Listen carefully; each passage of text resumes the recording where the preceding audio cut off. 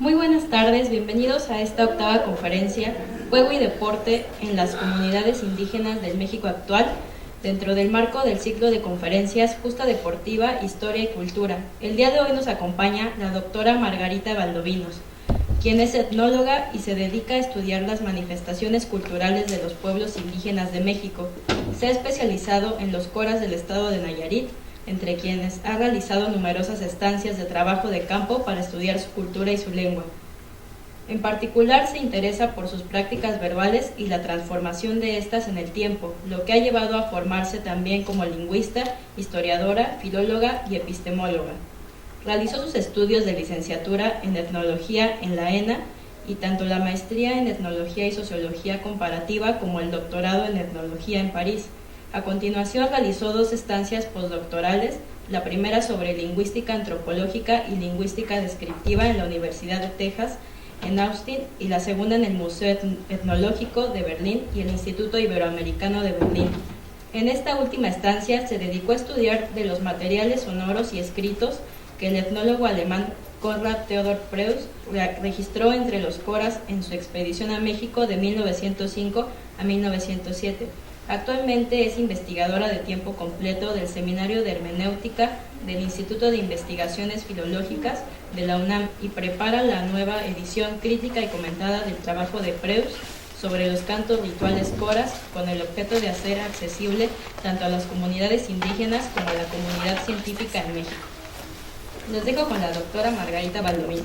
Deporte y juego en las comunidades indígenas de México, y en realidad voy a extender un poquito mi reflexión a más allá de las fronteras mexicanas y voy a tratar de analizar el fenómeno de esta relación muy curiosa entre pueblos indígenas y deportes. Bueno, para comenzar me gustaría darles una pequeña introducción para darles algunos datos para que tengan en mente a la hora de pensar los pueblos indígenas en México. Bueno, en México hay 68 grupos lingüísticos, es decir, 68 lenguas diferentes, lenguas indígenas se hablan en nuestro país. Estas están agrupadas en 11 familias lingüísticas. Esto hace de México uno de los países con la diversidad lingüística más grande del mundo. No el más, pero uno de los países más diversos en este aspecto. Y para que se den una idea de estas 68 lenguas, cada lengua tiene diferentes variantes dialectales y muchas veces estas variantes pueden ser tan cercanas como decir que el español puede tener una variante mexicana y una colombiana, y los mexicanos y los colombianos nos entendemos perfecto, pero a veces las variantes dialectales pueden ser tan lejanas como el español y el rumano, donde a lo mejor entenderemos algunas palabras, pero no todas. Entonces, tomando en cuenta todas estas variantes dialectales, en México hay 364 lenguas que se hablan. Con el español 365, podríamos tener un día al año para cada una de las lenguas. Y cada una de estas comunidades lingüísticas tiene sus propias prácticas culturales. Entonces, hay 365 variedades, si consideramos a los que hablamos español como otro grupo lingüístico más, 365 grupos que tienen sus fiestas, sus deportes, sus tradiciones, sus rituales, etc. Entonces, bueno, empezando por ahí, es un poco imposible abarcar la totalidad de las manifestaciones físicas que encontramos en México, ¿no? Pero bueno, lo que voy a pretender hacer en esta exposición es reflexionar en torno a lo que llamamos deportes indígenas, que es un tema muy complejo, poco estudiado, para los que les interesa un nuevo tema de estudio. Bueno, yo soy antropóloga, entonces mi presentación está preparada desde mi perspectiva de antropóloga. ¿Y a qué nos dedicamos los antropólogos? Pues justamente a estudiar las manifestaciones culturales y sociales de los pueblos en general. Y bueno, yo en particular me dedico a estudiar las culturas indígenas y bueno, por supuesto que atendemos siempre la cuestión de la diversidad, pero también tratamos de ver qué existe de común en toda esta diversidad. Y yo en particular, como ya dijo quien me presentó, pues me he dedicado a estudiar rituales y en particular cantos rituales en una comunidad cora de Nayarit. Y es a partir de esta experiencia muy participativa que trato también de presentar para ustedes esta reflexión sobre los deportes indígenas. Bueno, para comenzar, cuando empecé a explorar este tema, que es bastante nuevo para mí, pues hice lo que cualquier persona en nuestro siglo, ¿no? Me metí a internet a ver qué se dice, qué está en el aire, bueno, en la red, sobre deportes indígenas. Y la verdad me sorprendió que en todas las páginas, los blogs, los posts, las fotos que vi, había como un hilo conductor. Y yo lo podría definir con la palabra exotismo, ¿no? Había una especie siempre había temáticas relacionadas con la ancestralidad, o sea, las culturas antiguas. En el caso de México, bueno, por supuesto tenemos el caso enigmático del juego de pelota. Creo que ya alguien habló aquí de juego de pelota, en donde, bueno, sabemos que siempre que alguien dice deporte indígena, los mexicanos primero pensamos en el juego de pelota, ¿no? Pero también encontré otros elementos que no eran tan antiguos, sino que referían más bien a la imagen que tenemos de los pueblos indígenas en el mundo. Entonces, bueno, les voy a enseñar algunas imágenes. Aquí me van a tener que disculpar porque muchas imágenes vienen de internet y tienen poca resolución, pero las decidí poner de cualquier manera porque me parece que nos expresan muchas de las cosas que yo quiero ahorita tratar. Entonces, bueno, muchas de las imágenes sobre deportes indígenas estaban caracterizadas por tener en su contenido plumas, muchas plumas, pero también ciertos elementos que nos evocan esta idea primitiva de los pueblos indígenas, que es muchas veces totalmente fantasiosa, pero el caso es que siempre que se menciona un deporte indígena aparecían estos elementos. Otros de los elementos que pude localizar también es pinturas corporales y elementos físicos que nos hablan también de la vida tradicional y ritual de las comunidades indígenas. Ay, suena mejor así, ¿no? ¿Todos me oyen? Sí. Okay. Entonces, por ejemplo, en esta fotografía tenemos un grupo de indígenas del Amazonas que transportan un poste. Este es un deporte que es una especie de relevo, en donde se trata de movilizar este poste, llevarlo a algún lugar y se lo pasan a otros miembros del equipo y van transportando este poste, ¿no? Vemos también, además de las pinturas corporales, que todos los participantes traen como unas pulseras en los tobillos, un corte de pelo particular, collares. Todos son estos elementos que nos hablan de este exotismo que, bueno, en el que al parecer todos los indígenas que tienen que ver con deporte tienen, ¿no? Y por último, otros elementos nos evocan todas estas actividades que son consideradas como tradicionales, ¿no? Aquí vemos también una carrera de canoas, y si se fijan atrás, en el otro lado del río, hay varias personas que están observando. También esta idea de colectividad, ¿no? Como si el deporte en el mundo indígena siempre estuviera relacionado con esta vida en comunidad. Pero bueno, yo como tratando de reflexionar qué me estaban diciendo estas imágenes, me puse a pensar y dije, bueno, ok, estos elementos sin duda son exóticos, pero viendo también otras formas de expresión del deporte, a mí me parecieron igual de exóticas, ¿no? Encontré el rostro de este jugador de fútbol americano y yo como antropóloga me pregunté, bueno, es que si un marciano llegara a la Tierra y quisiera estudiar las costumbres exóticas de los humanos, le va a parecer tan exótico el hombre del Amazonas que está cargando un poste con pintura negra, que este hombre vestido con un artefacto encima de los hombros, pintado con figuras extrañas en el rostro, ¿no? Después me topé con esta, que también me pareció genial.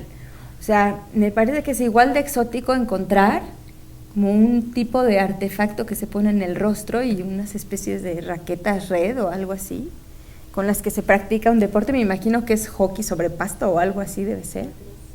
La crosa, bueno, ustedes son los expertos en deporte. Pero todos estos elementos, vean esta imagen, por ejemplo, toda una actitud física muy exótica para la cotidianidad de cualquier persona que no tiene una naturalidad con los deportes, ¿no? Entonces, me pareció que definir el deporte indígena como algo exótico es una categoría que no funciona. Tenemos otro tipo de exotismos en los deportes. Entonces, lo que yo me quería preguntar es, ¿qué es en realidad el deporte indígena? Si no es esta suma de elementos exóticos que aparecen en todas las fotos que les mostré de indígenas con plumas, con canoas, con pinturas faciales, etc. Bueno, pero después encontré otro tipo de imágenes que también me dieron elementos para una reflexión mucho más compleja. Bueno, esta es una de las imágenes muy pixeladas, pero me parece excelente. Este es un equipo de Araguaté, también del Amazonas. Muchos tienen tocados de plumas, pero si se fijan, todos están perfectamente uniformados de su traje de fútbol, con sus tacos y toda la cosa. Entonces, bueno, aquí hay como una primera cuestión, ¿no? O sea, tenemos elementos que nos hablan de un exotismo, elementos que nos hablan del deporte. Es realmente estos elementos que porta una persona que nos pueden hacer pensar que se trata de un deportista y que se trata de un indígena. Entonces, en ese caso sería el atuendo lo que definiría el deporte indígena. Después encontré esta que me pareció fabulosa también, ¿no? Vemos a un joven, por sus rasgos físicos podríamos decir que se trata de un indígena, pero está practicando kitesurf, un deporte bastante moderno, en una tabla también particular que tiene diseños tradicionales, generalmente relacionados con prácticas rituales. Entonces, bueno, ¿qué tipo de definición podemos darle a estas actividades? Y tenemos esta otra que a mí me pareció muy interesante porque es una chica también vestida con su atuendo de fútbol, tiene sus tacos, por eso me imagino que lo que juega es fútbol. Y también podemos ver en su cuerpo ciertas marcas de pintura corporal, si se fijan en las rodillas tiene unos circulitos, y está sentada al lado de sus parientes, a lo mejor sus abuelos o sus padres. Se ve que el hombre, además de tener una postura bastante particular, tiene elementos en su vestimenta, lo mismo la señora del otro lado. Y eso nos hace pensar que se trata de un juego de fútbol que se juega en un contexto donde la gente tiene también otras prácticas culturales diferentes, ¿no? Pero bueno, todas estas últimas imágenes no nos ayudan a resolver esta cuestión de qué es el deporte indígena, al contrario, nos dan elementos para enriquecer nuestra reflexión, pero no nos ayudan a ver de qué se trata. Bueno, entonces lo que me pareció a mí, que para hablar de los deportes indígenas tenemos un problema de definición. O sea, en ningún lado encontré qué es el deporte indígena, en qué se diferencia de un deporte no indígena, o cómo podemos hablar de este tipo de acción que sería el deporte indígena. Entonces, bueno, creo que esta reflexión se puede concentrar en dos preguntas. La primera es, ¿los deportes indígenas se limitan a lo ancestral? Como sería el caso de los juegos de pelota contemporáneos, ahorita voy a regresar un poco a ellos. Y la segunda pregunta que me pareció interesante aquí es, ¿el atuendo indica cuándo se trata de deportes indígenas? Y en este caso, ¿qué sería? ¿Tendría que haber un atuendo deportivo y un atuendo o algún elemento indígena, uno de los dos, o tienen que estar los dos presentes? ¿Cómo podemos resolver este enigma, ¿no? Bueno, yo a estas dos preguntas respondería que no, y ahorita les voy a explicar un poco hacia dónde creo que hay una posible solución de esta cuestión. Bueno, a mí lo que me ayudó a entender toda esta fenomenología de deportes indígenas que pude encontrar en la literatura y en imágenes, en internet, etcétera, es tratando la cuestión como si se tratara de un continuum, es decir, una especie de línea en donde en un extremo encontraríamos todas estas manifestaciones que se relacionan con prácticas tradicionales, ¿no? Lo que podríamos definir, o sea, para abreviar la cuestión, como prácticas ancestrales, y del otro lado del continuum encontraríamos las actividades más modernas o occidentales, en donde, por ejemplo, aquí tenemos a los famosos niños triqui jugando básquetbol, descalzos, por supuesto, porque dicen que con zapatos no pueden saltar bien. Entonces, en los dos casos encontramos elementos importantes para una reflexión, pero los dos nos ofrecen fenómenos muy diferentes, ¿no? Entonces, hasta aquí podríamos simplificar la cosa diciendo que de un extremo de este continuum tendríamos los deportes tradicionales y del otro lado encontraríamos indígenas en el deporte. Si la cosa fuera tan sencilla sería muy bonito, pero la cosa es que después existen otras manifestaciones, ahorita me voy a detener en ellas, que no pueden ir ni en un lado ni en el otro. Entonces, proponer un continuum para entenderlas supone entonces que en esta línea recta hay muchos casos que van acercándose más a un lado o a otro. Entonces, ahorita lo que voy a hacer es, con algunos ejemplos mexicanos, decirles cómo yo entiendo que va este continuum y después vamos a ver un caso un poco más complejo. Bueno, digamos, en el extremo tradicional tendríamos deportes como los famosos juegos de pelota, que, bueno, en México son particularmente conocidos, pero también en Centroamérica y en algunas partes de Sudamérica y de Norteamérica. Aquí tenemos una fotografía de la carrera tarahumara con bola, en donde, bueno, los participantes hacen un largo recorrido y parte del chiste de este recorrido es mantener una pelota que van pateando con los pies y van siguiendo en su recorrido. Esto se hace en la Sierra Tarahumara, tiene un gran grado de dificultad y por supuesto que se relaciona mucho con sus prácticas rituales y con la organización social de estas comunidades. Después podríamos tener, o sea, siguiendo este continuo de lo tradicional a lo más occidental, otro tipo de juegos de pelota. Aquí tenemos una imagen muy pixelada también de la pelota mixteca, ¿no? En donde aquí la lógica es diferente, se juega sobre un patio, hay varios jugadores que se organizan en equipos, la pelota varía un poco según la tradición de la que se viene, vemos que no hay indumentaria, más allá que tal vez gorras para el sol o sombreros. Curiosamente este juego se juega mucho en Oaxaca, pero también en Estados Unidos, en donde los migrantes importaron este juego con ellos y que ahora se ha convertido también en un juego en donde hay una comunidad significativa que lo juega en el estado de California y por supuesto en otros lugares. Hay otros tipos de juegos de pelota que podríamos también situar en este continuum, ¿no? Está, por ejemplo, la pelota purépecha o otro juego de pelota que se juega en Sinaloa que se llama ulama. Y bueno, estos serían como más cercanos al lado tradicional. Más o menos en medio de este continuum, yo propondría el deporte que nos hace referencia con esta imagen. Se trata de una mujer tarahumara también, que está llevando a cabo una marcha, un recorrido, corriendo.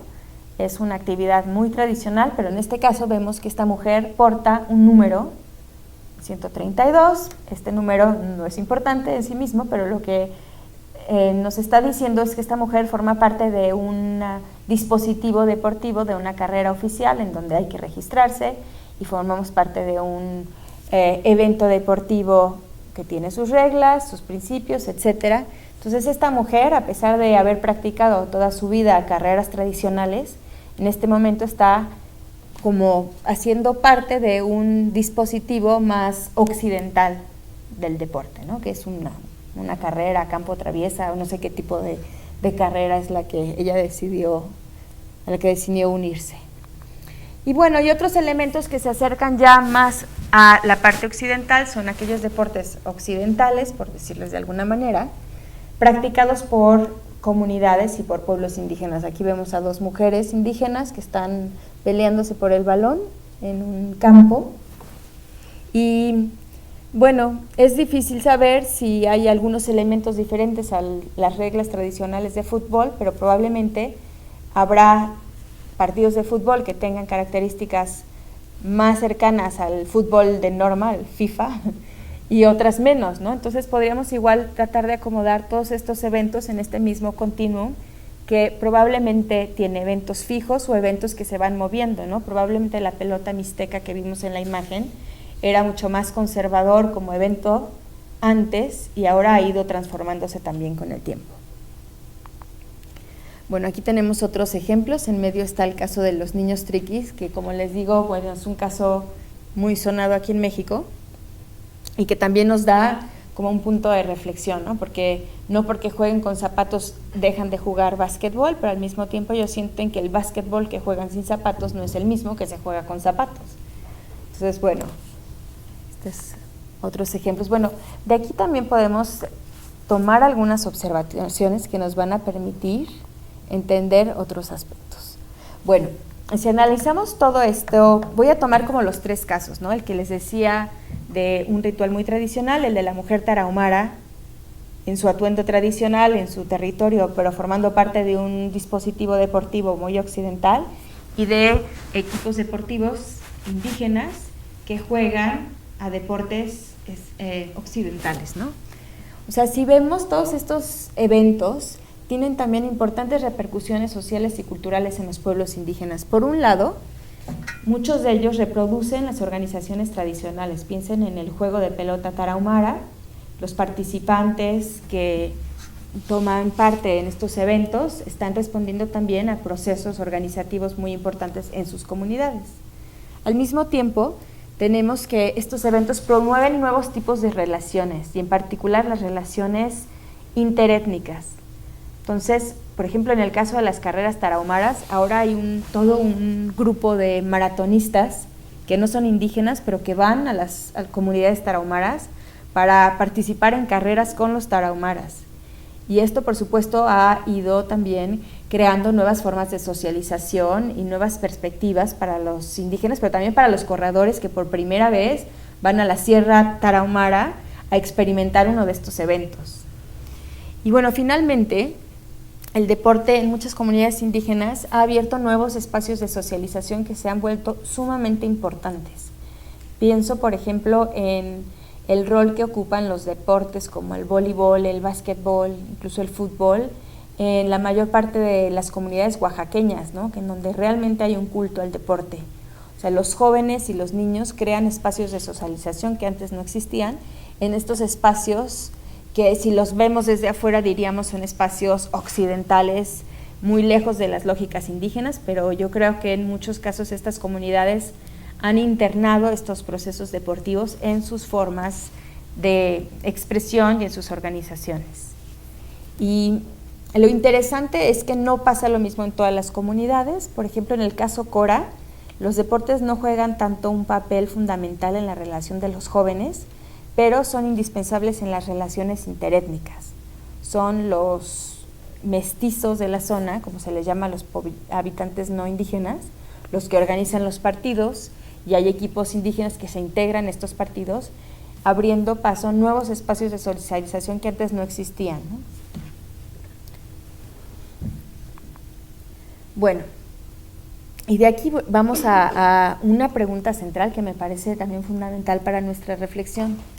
Si creemos que todos los eventos que pueden aparecer en este continuum forman parte de un mismo fenómeno y nada más estamos viendo como transformaciones del fenómeno deportivo, entonces podríamos decir que existen diferencias entre estas dos manifestaciones. O sea, la lógica del análisis nos diría que no, porque estamos hablando de diferentes caras de un mismo evento. Sin embargo, creo que sí existen ciertos elementos que nos pueden ayudar a distinguir. Y en particular me interesa aquí, a través de un análisis más antropológico de lo que llamaríamos interacciones, tratar de ver cuál es la clave de las... Creo que se apagó el micrófono, ¿no? Bueno, ¿me oyen? Sí. ¿Cuál es la clave de las interacciones que definen, por un lado, a un evento deportivo de tipo competición y a un ritual? Entonces, bueno, regresando a lo que los elementos que mostré al principio de esta práctica nos dicen, vemos que la apariencia física en realidad no determina cuál es el tipo de actividad que está en juego.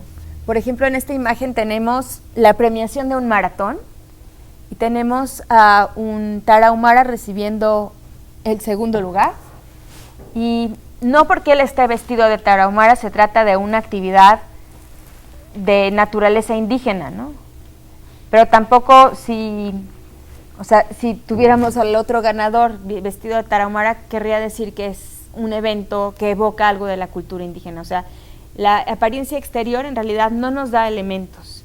Sin embargo, lo que hemos visto con este continuum es que el tipo de comportamiento sí nos puede dar elementos para entender de qué se trata ese evento. Bueno, entonces aquí la cuestión sería cómo definir la distinción entre un evento más ritual, que sería lo que encontraríamos en estos deportes que se acercan más a los casos ancestrales o a los casos tradicionales, y qué elementos surgen para entender lo que sería una actividad más deportiva. Bueno, esta parte va a estar interesante. En realidad es una teoría un poco muy compleja, aquí la quiero sintetizar porque nada más me interesa ver cómo podemos diferenciar estos tipos de interacción. Entonces, supongamos que en la vida cotidiana todas nuestras acciones son el resultado de nuestras intenciones, de nuestra internalidad. Entonces nosotros tenemos la intención de hacer algo, lo hacemos, cuando se puede, etcétera. Pero bueno, digamos que esta es la lógica en la que actuamos.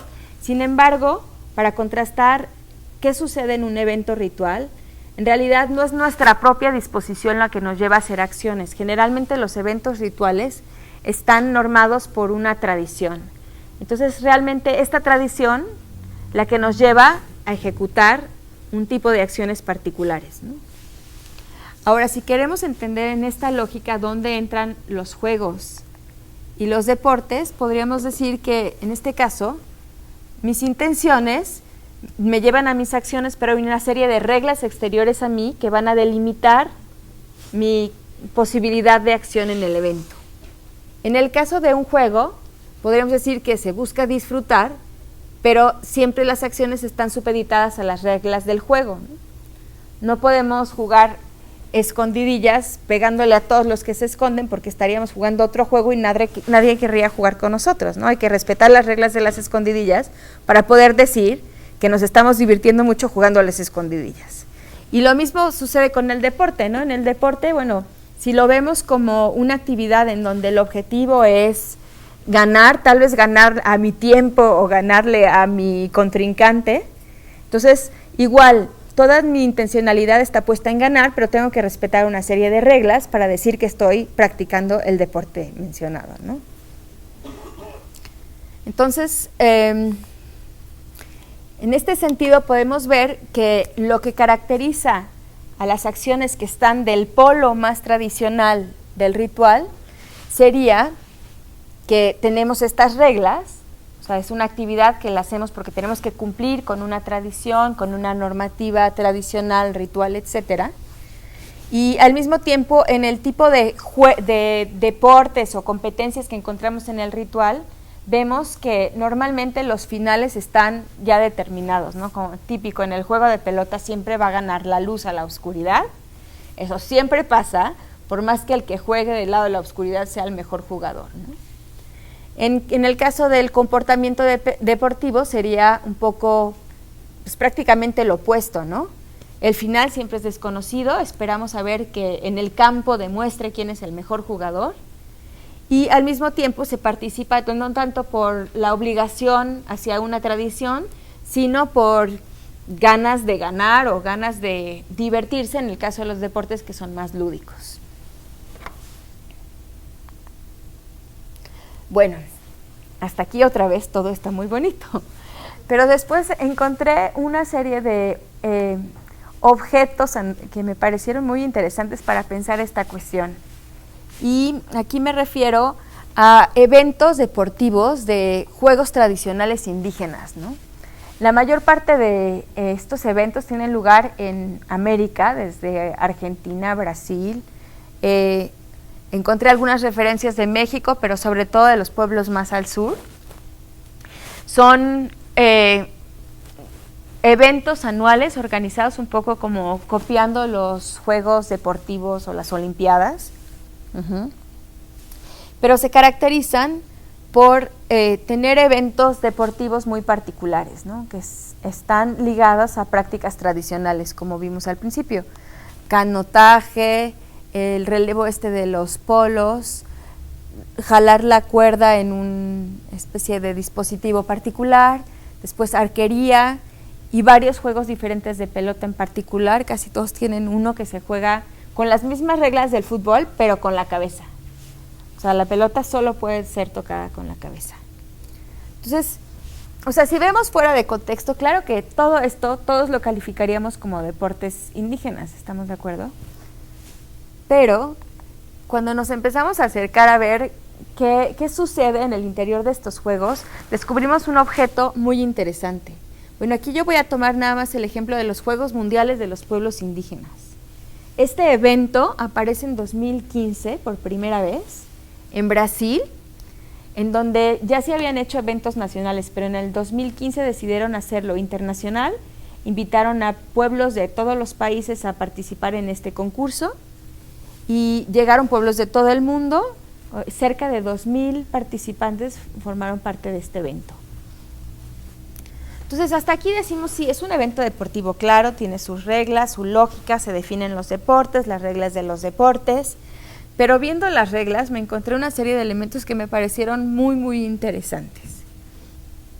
Bueno, en primer lugar, decía que además de las competencias de todos los deportes cuyas imágenes les mostré y otras muchas más, se decía que también iba a haber deportes rituales y danzas. Y bueno, hacía mención especial de estos eventos porque decía, estos no van a implicar competencia. Y después, cuando empecé a leer la definición de estos juegos tradicionales, decía que las pinturas corporales iban a sustituir los uniformes deportivos y daban toda una especie de explicación de por qué. Entonces ahí hablaban de la importancia del simbolismo, de todo lo que significaban las pinturas corporales para los pueblos indígenas, de la relación que existía entre pinturas indígenas con ritualidad, etcétera, como subrayando todo este fenómeno tradicional de las pinturas corporales. Lo mismo decían de los pies descalzos, que no iba a haber calzado deportivo, todo iba a ser descalzo. Y finalmente hablaban del poco valor que le daban al acto de vencer en estas competiciones. Y había incluso una frase que decía, estos juegos no se tratan de competir, sino de celebrar. Pues curiosamente, analizando estos puntos, vemos que empieza a haber una especie de, como los juegos de los niños, ¿no? Que es una tacita que se mete en una tacita, que se mete en una tacita, que se mete en una tacita. En este tipo de eventos vemos que hay elementos que nos recuerdan todas las prácticas tradicionales, pero también hay elementos que nos hablan de toda la organización y reglamentación que tienen los deportes competitivos, ¿no? Entonces, en algunos aspectos vemos, por ejemplo, el de las pinturas corporales, que las indicaciones de todos estos juegos nos dicen, este es un evento tradicional, pero al mismo tiempo hablan de las pinturas corporales como uniforme, o sea, casi es obligatorio ir con tu pintura corporal, porque es el uniforme de tu equipo. Entonces ahí sí ven, hay como un pequeño desliz hacia este concepto de deportes más occidental, más reglamentario, y esto de que lo importante no es vencer, sino competir, como dicen los deportistas, pero en realidad lo que quieren decir es que hay que vencer sin agreder, ¿no? O sea, en realidad la competencia es muy importante en el deporte. Y aquí voltean totalmente la reflexión sobre la competencia y se trata de eventos casi rituales, pero es un, no sé, como si es un objeto que en antropología podríamos decir que es un objeto complejo porque nos representa como, no es fijo, siempre se está moviendo de posición, siempre nos ya que le damos una característica, vuelve a voltear la forma de su expresión. Y bueno, entonces, todos estos eventos lo que nos hacen pensar es que en realidad surgen nuevas formas de participación alrededor de la noción de deporte. Y esto es si lo vemos en relación con el mundo indígena, ¿no? Los indígenas se apropian de nuevos contextos deportivos que no existían, ahora tienen sus propias olimpiadas, pero también ofrecen nuevos elementos que sirven para el mundo occidental que está interesado por los deportes. Entonces, gracias a muchas actividades ceremoniales, ahora existen nuevos deportes en los que se puede participar aun cuando no se es indígena. Existe como este nuevo intercambio de culturas, ¿no? Me gustó mucho esta imagen de un huarache y un tenis, porque es prácticamente esto, estamos saltando de un mundo al otro, de una visión a la otra de lo que es el deporte. Bueno, y un poco para concluir, no me gusta concluir diciéndoles qué sucede o qué no sucede, sino tratar de problematizar un poco la cuestión, y pensaba yo que dentro de este continuo también podríamos situar a lo que serían los juegos o los deportes de exhibición que existen, pensando también en el mundo indígena, ¿no? Encontré así de mis materiales coras algunos ejemplos que me parecieron que podrían entrar en alguna de estos puntos del continuum, ¿no? Tenemos los juegos tradicionales, que muchas veces forman parte de los rituales, pero siguen una serie de reglas totalmente diferente a la que se sigue dentro del ritual. Tenemos también, por ejemplo, los bailables escolares, que generalmente es el maestro de deportes quien organiza y todo es como muy reglamentado hacia el deporte. Y lo mismo en las escoltas escolares, ¿no? Hay que aprender a marchar, es una disciplina, es una forma de educación física que se tienen en las escuelas primarias. Bueno, creo que ya no sé, pero el caso es que a mí todavía me tocó lo de la escolta. Y todos estos eventos, si vemos, pueden enlazarse desde el lado tradicional, como es el caso de los juegos, acercándonos más a una idea de deporte, pero sin competición, ¿no? Y bueno, nada más para darles una idea de cómo son las danzas ceremoniales, perdón, los juegos, ahí dice son danzas, pero son danzas-juego. Aquí no se trata de respetar lo que dice la tradición, se trata de seguir una serie de reglas, pero que implican una actividad muy lúdica. Aquí arriba tenemos como los diferentes patrones de danza que se siguen en estas danzas, y la idea es con estas danzas reproducir un cosmograma, que es, digamos, un modelo espacial del mundo y de sus lugares sagrados. Entonces, bueno, curiosamente en estas danzas, además, se bailan siempre hombre y mujer, entonces es uno de los momentos más importantes para este tipo de encuentros entre los hombres y las mujeres, que normalmente nunca se tocan. En estas danzas tienen que agarrarse las manos y hacer diferentes gestos que, bueno, se vuelven muy lúdicos, pero es una actividad considerada ritual, pero sin seguir las mismas reglas, ¿no? Entonces, por eso creo que en una reflexión sobre cómo podríamos entender este hilo conductor que va desde las actividades extremadamente rituales y reglamentadas de acuerdo a una tradición, hasta estos deportes que también tienen sus reglas y sus modos de participación, pero que no son tradicionales. Bueno, pues muchas gracias.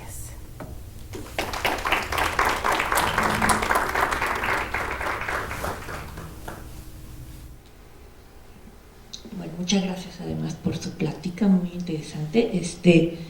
Pues hemos visto el recorrido de las actividades físicas por diferentes ámbitos históricos, ámbitos tradicionales, etcétera, ¿no?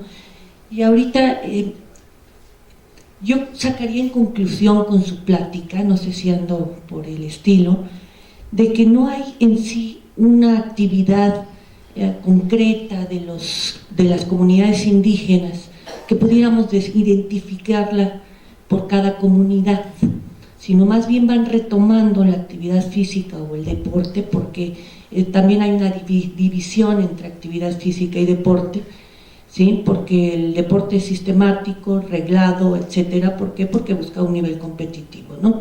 Y la actividad física es por otros fines. Y por lo mismo, creo que las comunidades indígenas están adaptando, y volvemos a esa parte utilitaria de la actividad física y el deporte, conforme a sus propios principios, sus propias creencias, y entonces adaptan eso a sus características. Yo creo que eso es retomar de que no es que haya en sí un deporte indígena, sino que más bien la actividad física y el deporte se adaptan a cada quien sus costumbres y hábitos, porque vemos que cada uno, los tarahumaras tienen, por ejemplo, la visión de la parte de las carreras, y inclusive han traído muchos que han sido campeones aquí, pero no se adaptan. ¿Por qué? Porque el ambiente, el medio, las reglas no van con ellos, y los han traído aquí a competencias formales, y definitivamente deciden volver y retornar, ¿sí? ¿Por qué? Porque no pueden aquí, pues por el tipo de construcción, el tipo ¿cómo se llama?, de tartán, etcétera, no están en su hábitat, ¿no? Entonces, en este sentido, yo diría que adaptan sus procesos. Por ejemplo, me llama la atención la socialización, ¿sí? Es más a un aspecto social, a un aspecto ritual, que a un aspecto competitivo, pero si ya hablamos de deporte y entran a esta parte de los mundiales indígenas, pues se van a adaptar, ¿no?, a la parte de deporte, ¿no? Entonces, más bien creo que es un proceso de adaptación, más que de formación o de otro tipo de cuestiones. Entonces, bueno, yo diría que no hay en sí un deporte o actividad de cada uno de las comunidades indígenas, ni los identifican. Y el famoso juego de pelota, digo famoso porque está en todos lados, desde Mesoamérica, ¿no? Vamos hasta todo lo que es, sobre todo la parte de América del Sur, pero hay una confusión hasta en eso, porque aquí tenían todos la idea de que no era el puro golpe a la pelota, sino que era encestar en los aros que están arriba, y ese no era el objetivo. Pero todo el mundo habla del juego de pelota con esa idea de que tenían que encestar en los aros arriba, ¿no? Y entonces, bueno, es realmente una confusión todo esto, porque ¿cuál era el objetivo entonces del juego de pelota? ¿No? Entonces, bueno, esto ya es otra cuestión. Pero bueno, yo retomaría nada más esta parte de que es utilitario nuevamente, de acuerdo a la socialización, de acuerdo a la tendencia que cada uno de los grupos tiene. Y gracias, doctora.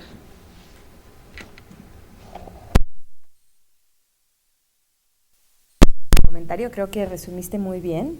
O sea, en realidad es un juego de adaptaciones, ¿no? Porque hay adaptación de las comunidades indígenas a ciertos deportes, pero también ciertos deportes indígenas se han adaptado a nuevas prácticas sociales, ¿no? Y pienso en todos estos corredores gringos y alemanes que se van a la Tarahumara a correr estos maratones, ¿no? Y bueno, también el problema con hablar de un deporte indígena es que deporte es en sí mismo ya una definición muy ligada a nuestra cultura, ¿no? Si podemos decir que tenemos una cultura occidental, o sea, la idea de deporte es muy occidental. Entonces, probablemente otras actividades en otro tipo de culturas podrían parecerse al deporte, pero tener completamente otros fines. Y yo creo que justamente es lo que pasa con los juegos de pelota, ¿no? O con algunos de ellos al menos. Otros, como el caso de la pelota mixteca, se han ido acercando más a esta noción de deporte. Entonces, el problema de hablar de un deporte indígena es primero, ¿qué sería deporte en el mundo indígena? ¿No? Entonces, por eso sentí que esta idea de continuum nos ayudaba como a englobar todos los fenómenos que desde nuestra perspectiva podrían acercarse al deporte. Bueno, felicidades por su trabajo. Principalmente, bueno, a mí también me gustaría mencionar que de hecho en la actualidad hay clasificación tanto en juegos como en deportes. Los juegos, hay juegos lúdicos, hay juegos recreativos, hay juegos cooperativos, hay juegos competitivos. De igual forma, en deportes está el deporte educativo, el deporte escolar, el deporte competitivo, el deporte amateur, el deporte espectáculo. Entonces, basándonos en eso, a lo mejor sería como que entrar en conceptualizarlo, ¿no? A partir de qué concepto o de qué autor o de qué autores estamos rescatando la definición de lo que es el deporte. En este caso, bueno, me parece así como que la base quizás sean estas actividades que se realizaban, ¿no? Lo que podríamos decir que en nuestro país o en nuestro continente podría ser los rasgos de deporte, que ya se mencionaba en otras conferencias, bueno, que también han ido encaminadas a una definición del deporte tal cual. Sin embargo, también siento que, como usted mencionaba, a veces las líneas para separarlo es así como que lo complicado, ¿no? O sea, como que de repente te encuentras textos donde los manejan como igual, entonces sí te causa como esa confusión. Sin embargo, bueno, creo que como también menciona aquí doctora, maestra, sí es verdad, ¿no? Porque también actividad física, dentro del campo de la educación física, lo manejamos como cualquier actividad que requiere un gasto de energía. Entonces entraría tanto la danza, tanto los juegos, nuestros mismos patrones básicos de movimiento, caminar, andar, sería actividad física. Sin embargo, de repente encuentras textos donde te la manejan como si fuera únicamente al ejercicio. Y entonces también es diferenciar lo que es actividad física y ejercicio. Entonces de repente sí son como términos que debiéramos de rescatar dónde están sus similitudes o sus diferencias para como que tener una mejor comprensión. Sería, bueno, como el comentario.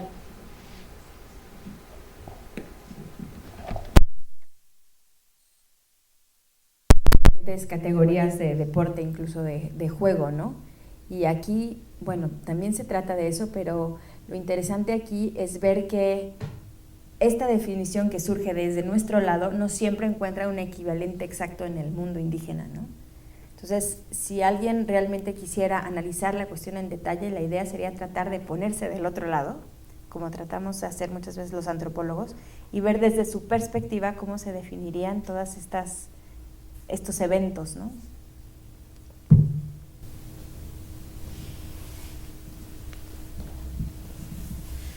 ¿Alguien tiene otra pregunta? Bueno, doctora, queremos agradecer su participación en este ciclo de conferencias. Hago entrega de una constancia Gracias. por parte del Instituto de Investigaciones Filológicas y la Dirección General de Atención a la Salud. Los esperamos el próximo jueves en la siguiente conferencia. Gracias por su asistencia.